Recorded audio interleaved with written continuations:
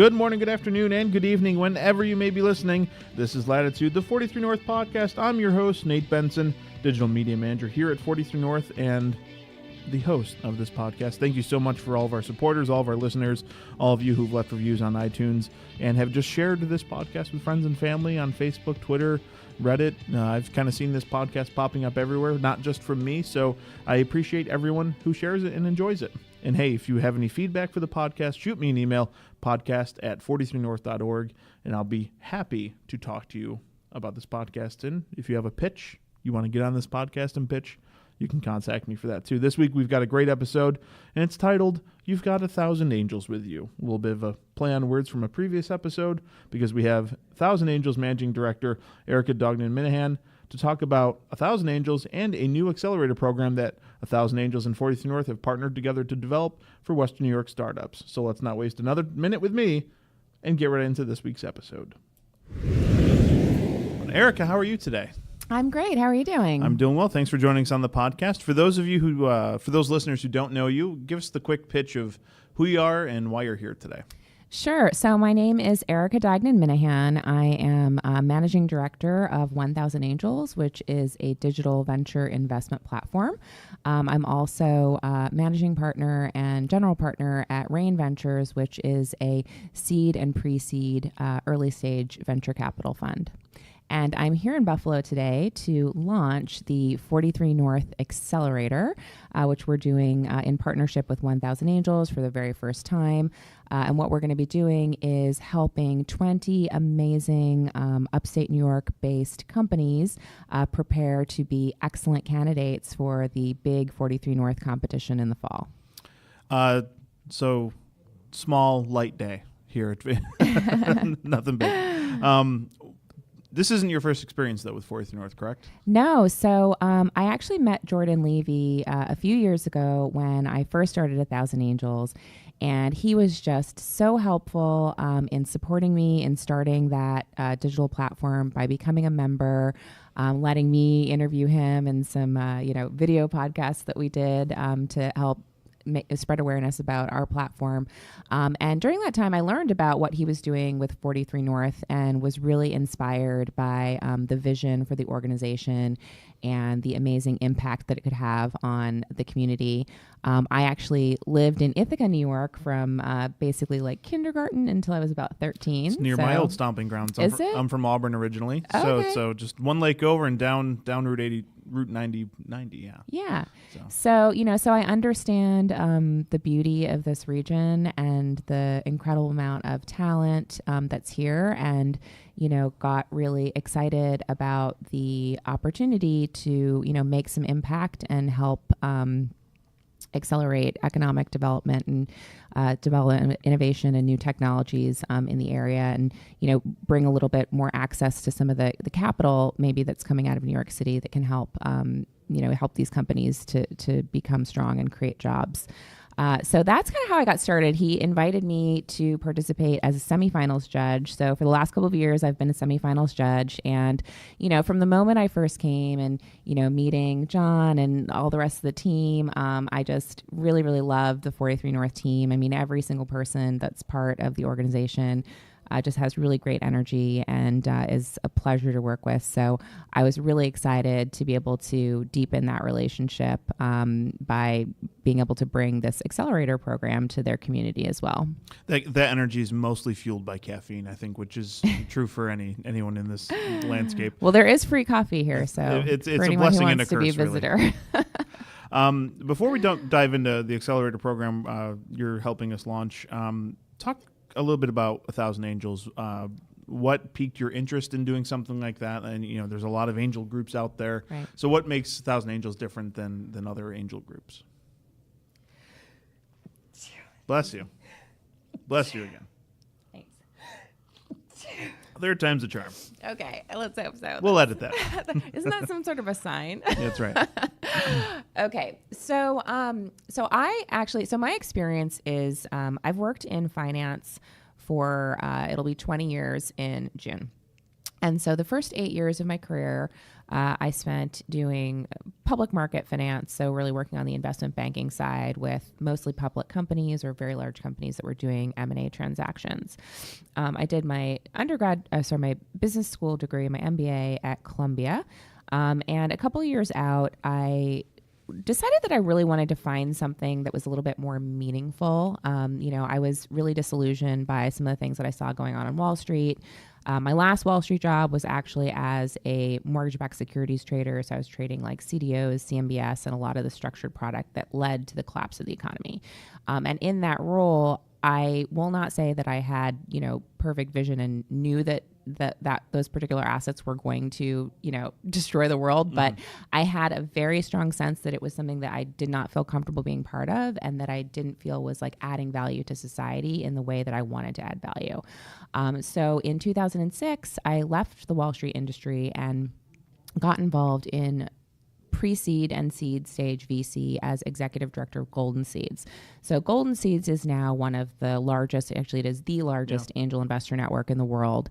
And I was the original executive director when it started. We were very unique because we were pretty much the first group to really focus on investing in women founders, which, I thought was great. I had a really great experience there. I learned a ton. I learned what it is to build an angel network, how it can interact very positively in the ecosystem and, the impact that it can have on founders and opportunity.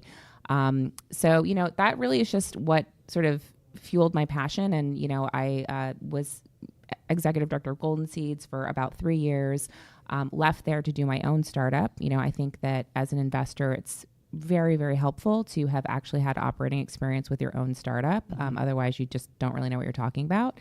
So I started a company in 2009 called Mamatini, which I sold in 2012.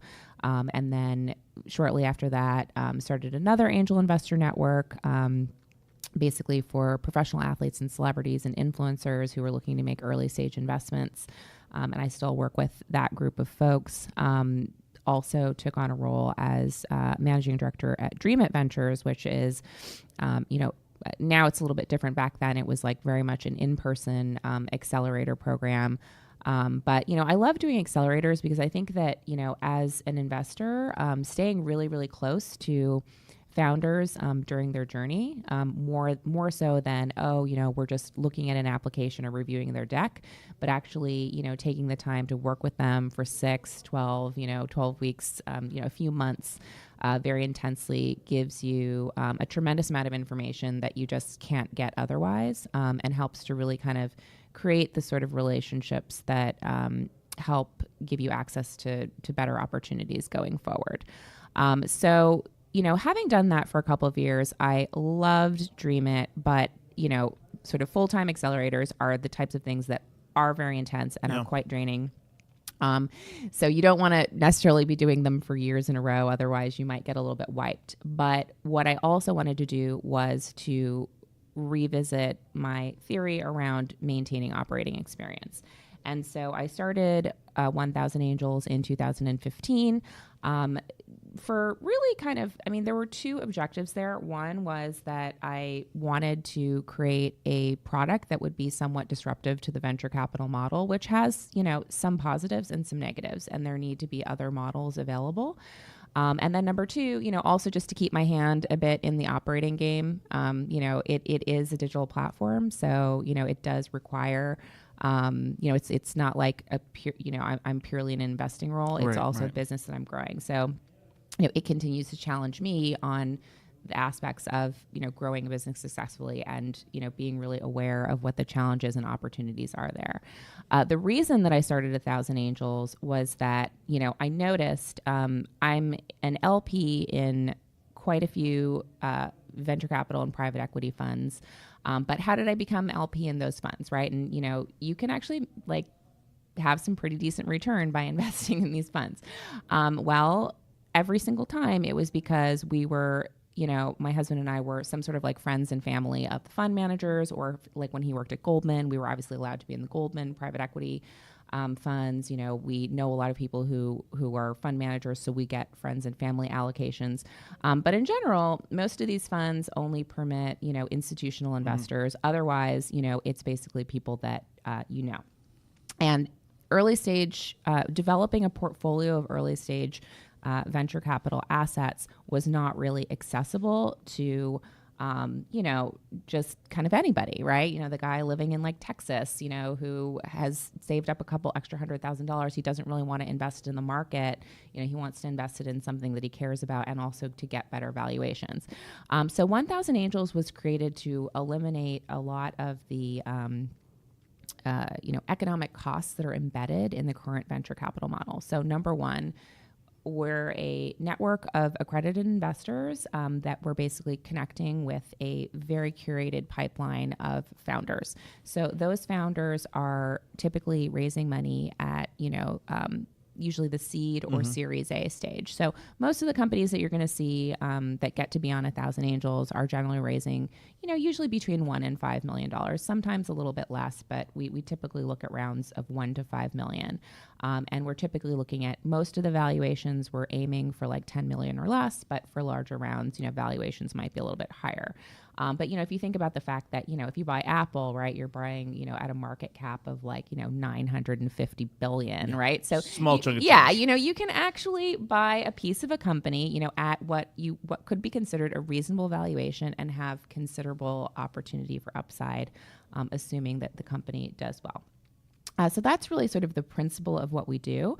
And so what we're able to do is connect those founders directly with the investors. We don't use special purpose vehicles. We don't use, special LLCs.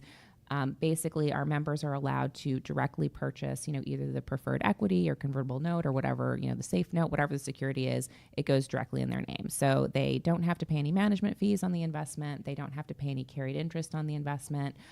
They're outright owners of the investment. And, it's very easy for them to make the investment. It takes, literally it could be done within 5 minutes, right? And so by working with our platform, on every opportunity, they're getting the information on the deals, number one, in a very consistent format that makes it easy for them to evaluate and decide what they want to add to their portfolio.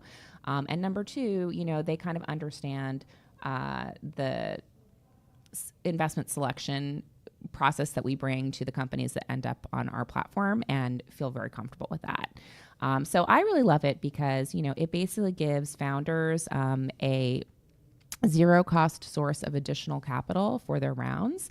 And it gives investors a lot more control over their ability to start building up investments in this asset class. So there's no, capital commitments. When you invest in a fund, you have to say, okay, I'm committing to giving you $250,000 over the next 4 years. And they're just going to, call the money at any time. Well, maybe that year you ended up with some big private school payment you weren't expecting, or, the tax codes went out of whack or like something, you can't get out of that. Right. Yeah. So whereas with our structure, you kind of have ultimate flexibility to invest as much or as little as you want on your own timeline, and in the companies, that you really care about.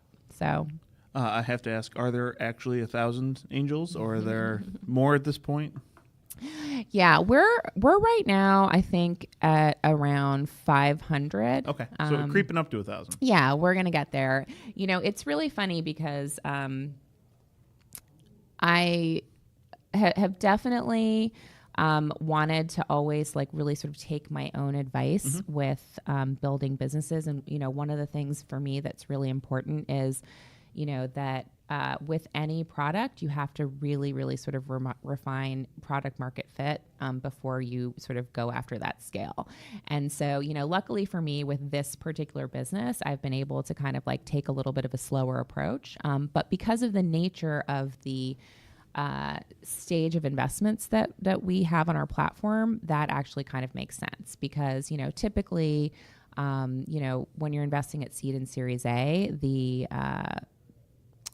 sort of lifespan of the investment is quite long. Yeah. And so, when somebody does a seed round, they're probably not going to be doing a subsequent round for at least 18 months. So, it actually takes time to kind of show that value evolution and to develop that track record that gets people really excited about saying, okay, you know what? I feel comfortable, joining this platform and taking a chance and, being part of this group. So the investors joining the platform have a pretty clear understanding that this is a long game. It's not a 3 months I'm going to make tons of money back and then I can retire type Yeah, situation. no, it's absolutely the opposite. I mean, one of the things that I just tell people, I'm like, listen, with this, you make your investment and just like, you have to just pretend that money is gone. And then when you get it back, it's like, oh, look, I won the lottery. That's basically what it is. But that is, that's very much how this type of investment works for early stage venture. Private equity, they have some more visibility on, being able to convert the asset and force a sale. For very early stage, you have very little predictability over. I had one company, we invested in, great company. It was actually one of the first investments I did with Star Angel Network. And, the company ended up getting acquired in like less than 12 months, Great. And we got a substantial return, but it was like, nobody was expecting to get their money back that quickly either. Mm-hmm. So, you kind of don't have a choice on, when it's coming back.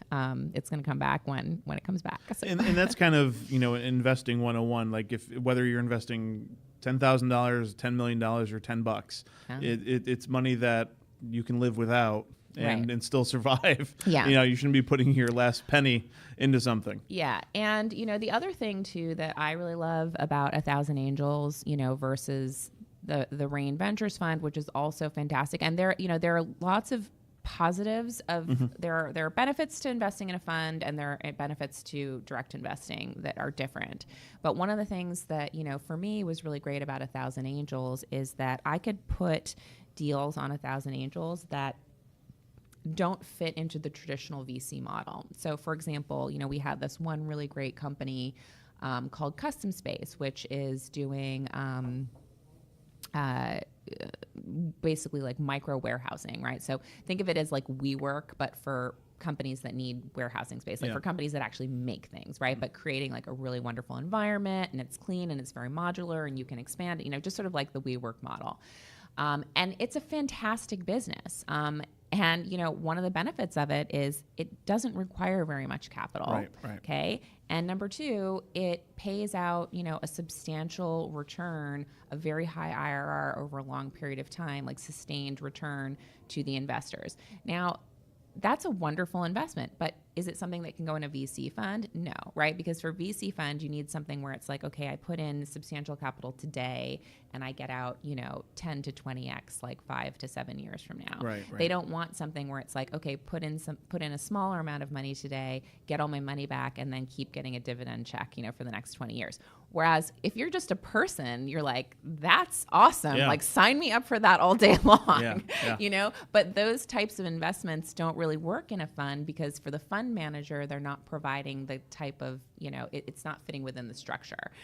So that's another thing that I really love about 1,000 Angels is that I can put different types of early stage equity product onto the platform. And, one of the things that I would love to do as the organization, becomes a bit more mature, is to figure out ways to offer other types of financing for companies that don't necessarily want to fit into that VC model. Because the VC model is, the equity, your cost of equity is very, very expensive, and it can sometimes create like a misalignment of incentives that's not always the best thing for the founders. So being able to figure out, okay, are there some other flexible structures that work? And the reason that they work is because when you're directly connecting capital and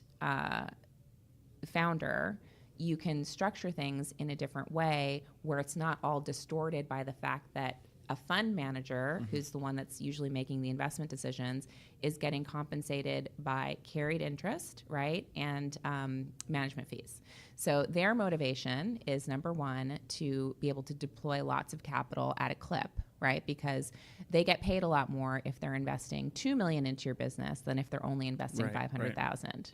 But maybe you only need $500,000, but now they're going to force you to take $2 million. Yeah, there's that myth that you should never be turning money down. Yeah. It's like, well, there are, it's not a perfect storm for everybody. No, exactly. Then now they also want to get paid on the carry. So that means that, maybe you could take a reasonable approach and you could grow your company 5 times in value that's not going to be enough for them. You know, they want you to swing for the fences so that there's, you know, they'd rather, you know, a 25% chance of you getting to 20x or 100x, you know, than, you know, a 95% chance of you getting to like, you know, 7x, which a regular investor might say, hey, you know what, like that's wonderful. So, you know, for me, I think that it's complicated and we'll figure it out, but a lot of people are kind of working on this challenge and sort of figuring out, you know, how do we eliminate middlemen? How do we create investment vehicles that make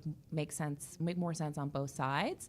And also, you know, really to kind of drive what I would describe as like conscientious capitalism, right? So to be able to say, you know, hey, I'm not just putting my money into an index fund and then, you know, having this capital kind of chase, you know, executives who are looking to sort of create unsustainable growth. Instead, you know, I'm really choosing what I want to see being built in the world, right? What I want to see being created in the world, and management teams that I think can be really responsible stewards of that capital that actually care about the business, care about the customers, care about what they're creating, and not just are kind of like ruled by market fluctuations. So yeah, it's a big project, but I feel like it can be done. Might take some time. So shifting gears a little bit, you're here in Buffalo to help launch the 40th North Accelerator in partnership with 1,000 Angels. Tell us a little bit about that program and who you're talking to today. Yeah, sure. So the Accelerator is, so I've been like doing founder education since 2006. So for a long time in a lot of different forms. This Accelerator program is something that I actually started a couple of, I guess maybe like this particular format, I started doing it maybe like a year and a half ago. And so I'm doing this for 43 North. I'm actually also doing it with Columbia Business School in a pretty similar format for a group of professional athletes, which is kind of interesting. So we always sort of like take the same basic curriculum and then mold it to the audience. But the way that this one is going to work is our objective here really is for our participants to start the program, complete sort of each of the modules, and then exit the program with you know, assets that will allow them to feel confident to you know, go out and start talking to maybe seed stage investors, right? So to really kind of understand how do people look at my business, right? Whether they're potential investors, whether they're the judges that are evaluating me at the 43 North competition, whether they're potential partners, whether they're potential employees, whether they're potential customers who want to, you know, understand the viability of my business and am I going to be around if, you know, they decide to engage me.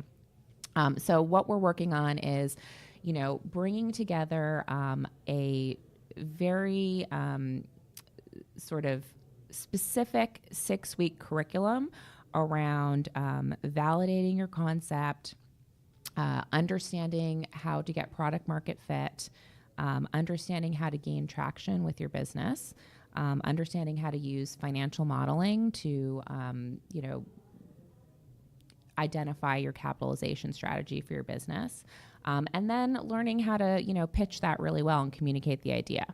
So, you know, it's kind of a lot to do in 6 weeks, but, you know, I have a lot of confidence in this group of companies. I think that they're really ready to hit the ground running. And then basically, you know, when they come out of the program, we're going to finish it with a demo day where we'll be bringing in some of the other 43 North semifinals judges will be joining us virtually, sort of by live stream to evaluate each of the company's pitches and give them feedback. So, you know, they're going to come out of this program with, you know, sort of a clear understanding of the value proposition of their business, hopefully a very credible but simple early stage financial model, you know, a investor pitch and presentation that, you know, hopefully people will get excited by, and, you know, just a sense of a better sense of where they kind of stand, you know, in the overall landscape of, you know, what other companies are doing, what investors are looking for, and how they basically kind of measure up in the marketplace. In 6 weeks, and correct me if I'm wrong, seems like it's a great time frame, because especially for these early stage companies, 6 weeks could be kind of that make or break. Oh, maybe this isn't as a fluid idea as I thought it was. Maybe I should pivot to something else, or it's an opportunity to double down and say, no, this is really something based on the feedback I've gotten, and I need to run to the hills with it. Yeah, absolutely. So, validation is like the very first thing that we do. And, I find that most startup founders skip this step, which, I totally get it. I mean, listen, I've been doing this for so long, and I understand all of the easy traps, right? A lot of people think that having a startup is like just having a good idea, but it's not, right? I mean, what it should be is, you're creating some sort of system for capturing value. Now, of course, you can have something like a Facebook where you're like, hey, let's just like see what's going to happen at the party until totally we, fine, right. Yeah. No, I mean, I get that there are some things like that, but for most people, most businesses, you need to have a really clear vision of, here's what we're creating, here's why we're creating it, here's why it's valuable to some sort of ecosystem. So either directly to the consumer, to a business that interacts with that consumer, or to a larger business that might potentially acquire you. We understand how much money this is going to take to get it done. We understand why people would give us this money, what kind of value it can create, in the future through value evolution. And does this make sense, right? And can I very concisely kind of pitch this opportunity to somebody and also have them get it right away, and also be just as excited about supporting me and being part of my vision. So, really kind of forcing yourself to do all of that stuff, it's challenging, but it's so much more helpful in the end, because, you're going to become aware of, some of the weak spots in your business that maybe you need to think about a little bit more. And, everybody can get there. It's just, actually sort of doing the work and figuring out, how do I need to position this so that it makes sense for me to invest my own time and energy in, and it makes so much sense that other people are going to be excited to be part of my team, be part of my vision, and also invest their time and energy in what I'm doing. Success looks very different to a lot of different people. Anyone who comes through an accelerator program set up like this, what does success usually look like for them? Yeah, so I mean, I think that most people who are going through this sort of a program, success, well, there are a couple, I mean, there is no hard and fast rule for what is successful.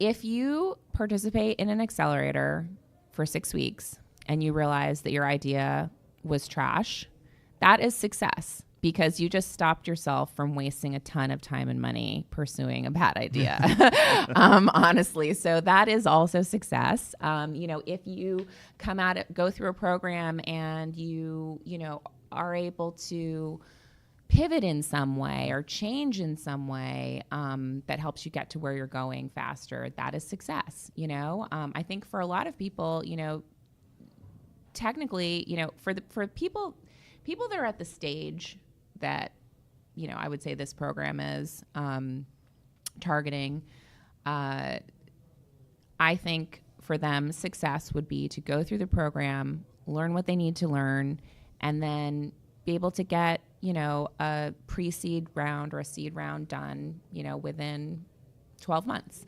I mean, I have an example. So somebody introduced me to this woman, I feel like it was not more than a year and a half ago, right? So introduced me to her. She was doing a startup, consumer beauty space.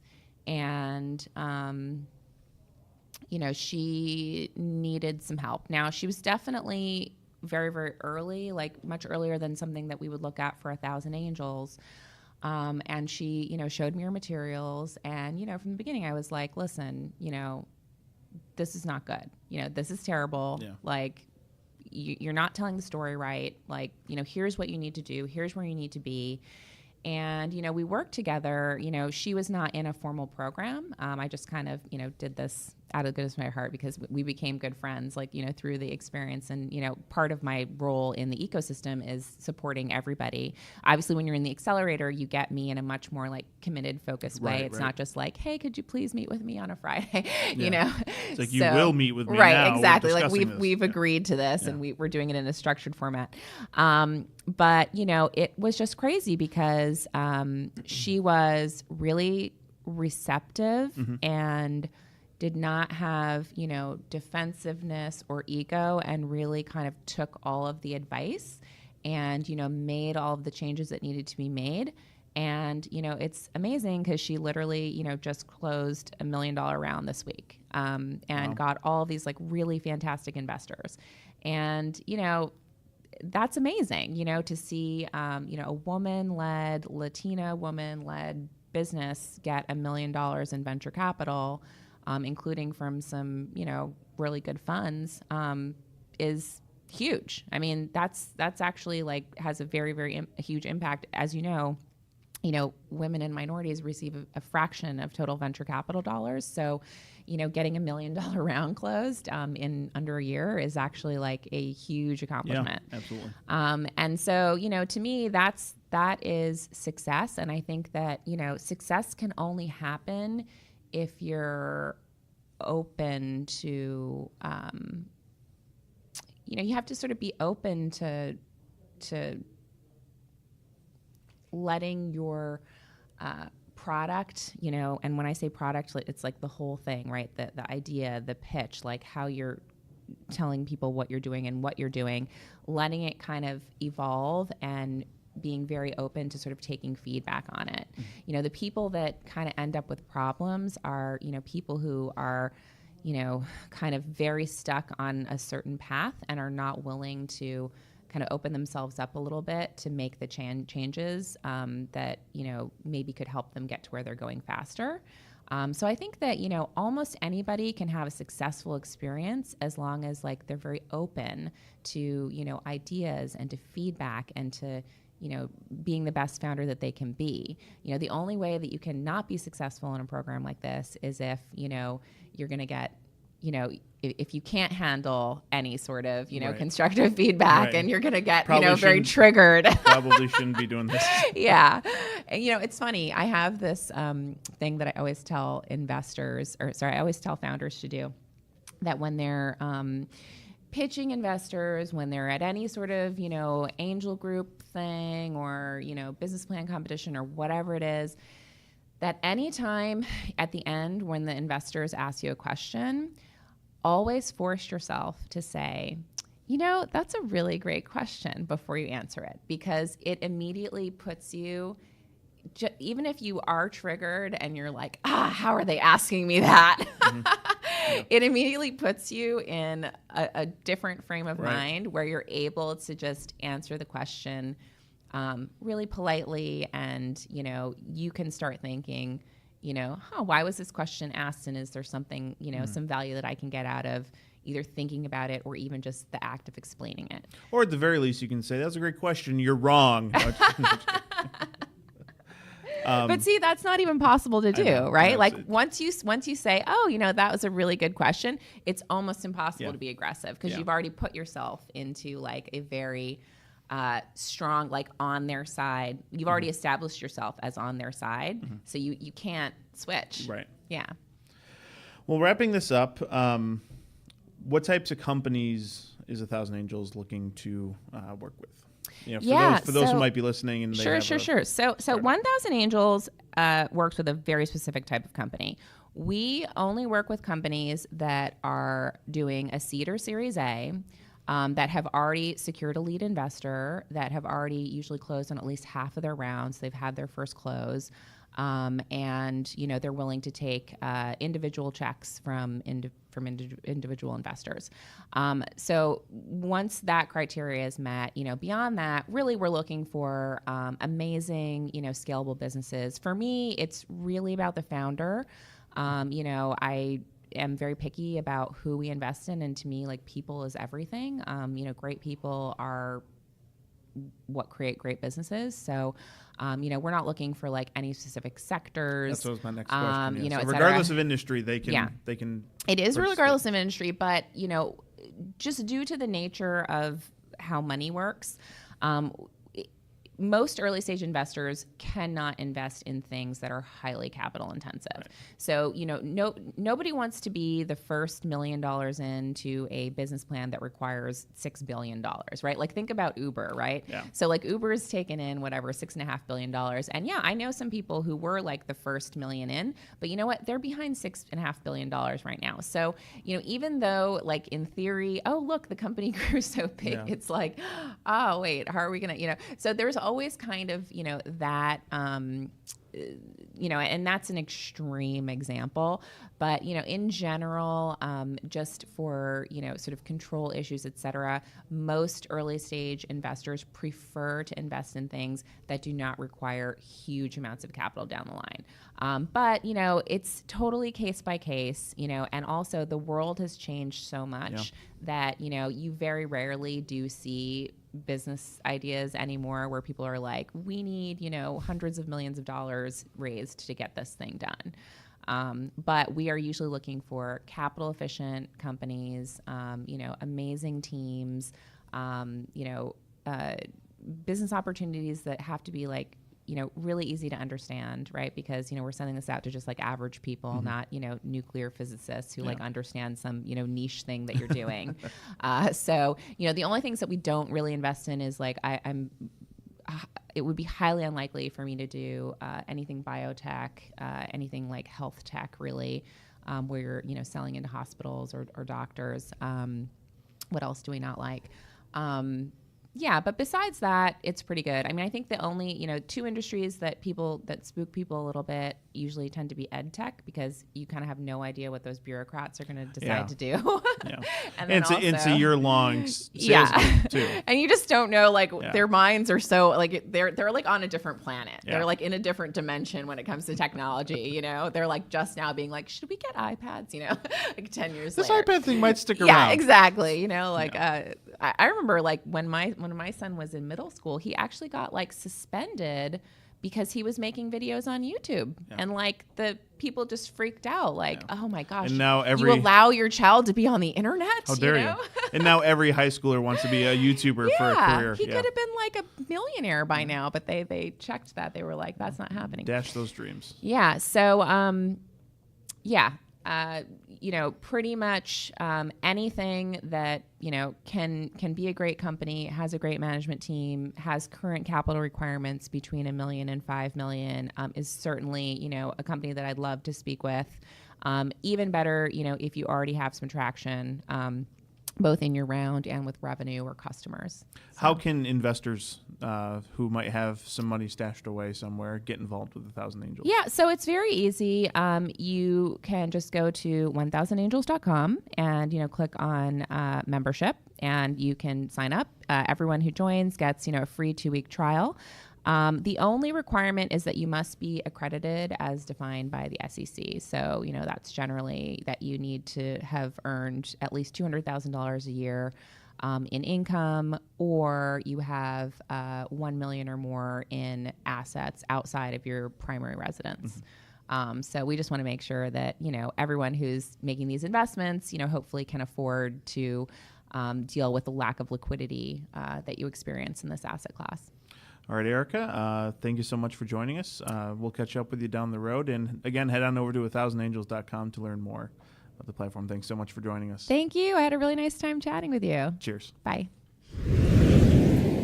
I want to thank Erica for joining me on the podcast. And you can head on over to the 1000 Angels website to learn more about the 1000 Angels and possibly become an angel investor yourself.